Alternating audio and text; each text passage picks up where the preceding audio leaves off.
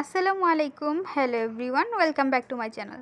সুপ্রিয় দর্শক সবাইকে স্বাগতম জানিয়ে আজকে আরেকটি নতুন রেসিপি নিয়ে চলে আসলাম। রেসিপিটি হলো শামি কাবাব। শামি কাবাব তৈরি করা একদম সহজ এবং খেতে দ্বিগুণ মজার। চলুন রেসিপিটি দেখা যাক। বিসমিল্লাহির রহমানির রহিম। নিয়ে নিচ্ছি গরুর মাংস, ছোট ছোট করে কেটে নিয়েছি। দিয়ে দিচ্ছি বুটের ডাল। এখানে আমরা 250 গ্রাম বুটের ডাল নিয়েছি এবং 250 গ্রাম গরুর মাংস নিয়েছি। মাংস এবং ডালটিকে ভালোভাবে ধুয়ে নিতে হবে। ধোয়ার পর এর মধ্যে দিয়ে দিচ্ছি তেজপাতা, দিয়ে দিচ্ছি 3 পিস দারচিনি, একটি বড় এলাচ, 5 থেকে 6টি এলাচ, 7 থেকে 8টি গোলমরিচ এবং 7 থেকে 8টি লং, আদা রসুন বাটা 1 টেবিল চামচ, জিরা 1 টেবিল চামচ, দিয়ে দিচ্ছি পেঁয়াজ কুচি, দিয়ে দিব স্বাদ অনুযায়ী লবণ, দিয়ে দিচ্ছি শুকনো মরিচ 10 থেকে 15টি, পরিমাণ অনুযায়ী দিয়ে দিচ্ছি পানি। পানিটি দেওয়ার পর বসিয়ে দিচ্ছি চুলায়। বলক আসা পর্যন্ত আমরা অপেক্ষা করব। দেখতে পাচ্ছেন বলক চলে আসছে। ভালোভাবে নেড়ে চেড়ে উপরে যে ফেনাগুলো রয়েছে তা আমরা চামচের সাহায্যে ফেলে দিব। চুলায় রেখে দিব 40 থেকে 45 মিনিটের জন্য।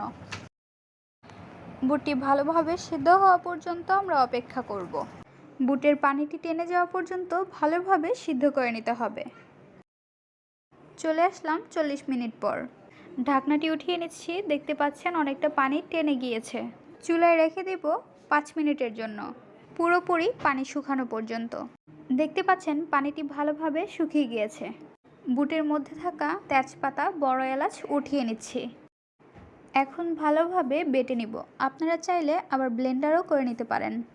সেমভাবে সবগুলো বুট আমরা ভালোভাবে বেটে নিব। আপনারা ট্রাই করবেন একদম মিহিভাবে বেটে নেওয়ার জন্য। বেটে রাখা মাংসগুলো ভালোভাবে মাখিয়ে নিচ্ছি। ভালোভাবে মিক্সড করার পর এর মধ্যে দিয়ে দিব মরিচ কুচি, দিয়ে দিচ্ছি চপ করে রাখা পেঁয়াজ, দিয়ে দিচ্ছি ধনিয়া পাতা কুচি, দিয়ে দিব স্বাদ অনুযায়ী লবণ। এর মধ্যে অ্যাড করে দিচ্ছি একটি ডিম। ডিমটি দেওয়ার পর ভালোভাবে মিক্সড করে নিতে হবে। একটু সময় নিয়ে ভালোভাবে মিক্সড করে নিচ্ছি। দেখতে পাচ্ছেন ভালোভাবে মিক্সড করা হয়ে গিয়েছে। এখন মিক্সড করে রাখা কাবাবটিকে ছোট ছোট করে হাতের সাহায্যে গোল করে নিচ্ছি। ঠিক এইভাবে করে নিতে হবে। সেমভাবে আমরা সবগুলো কাবাব তৈরি করে নিব। তৈরি করা কাবাবগুলো এখন ব্রেড গ্রামের মধ্যে ভালোভাবে মাখিয়ে নিতে হবে। ব্রেড গ্রামে দেওয়ার কারণ হচ্ছে অনেক সময় কাবাবগুলো ভেজে নেওয়ার সময় ভেঙে যায়। ব্রেড গ্রাম দেওয়াতে ভেঙে যাওয়ার কোনো চান্সেস থাকে না। একটি বাটিতে নিয়ে নিচ্ছি 2টি ডিম, দিয়ে দিব অল্প পরিমাণে লবণ। লবণটি দেওয়ার পর ডিমটিকে ভালোভাবে ফেটে নিতে হবে। ফেটে নেওয়ার পর এর মধ্যে দিয়ে দিচ্ছি কাবাব। কাবাবটিকে ভালোভাবে মিশিয়ে দিয়ে দিচ্ছি তেলে। কাবাবটির এক পিঠ ভালোভাবে হয়ে গেলে আরেক পিঠ ভালোভাবে ভেজে নিতে হবে। ডিম দেওয়ার কারণে ফেনা ফেনা হয়ে গিয়েছে। কাবাবটি ভালোভাবে ভেজে নিচ্ছি। আমরা কাবাবটিকে হালকা গোল্ডেন কালার করে নিব।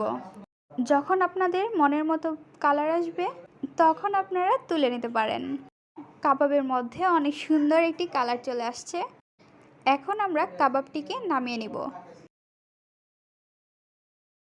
তৈরি হয়ে গেল স্পেশাল শামি কাবাব। কাবাব তৈরির রেসিপিটি একদম সোজা। আপনারা যারা নতুন রাঁধুনি আছেন তারা একবার দেখলেই পারবেন।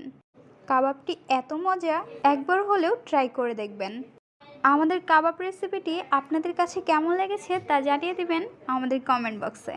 ভিডিওটি যদি ভালো লাগে অবশ্যই লাইক করে দিবেন। আমাদের চ্যানেলে আরও মজার মজার রেসিপি পেতে সাবস্ক্রাইব করতে একদম ভুলবেন না। আজকের পর্বে আমরা এখানেই বিদায় নিচ্ছি গাইস। আসসালামু আলাইকুম, ভালো থাকবেন সবাই, আল্লাহ হাফেজ।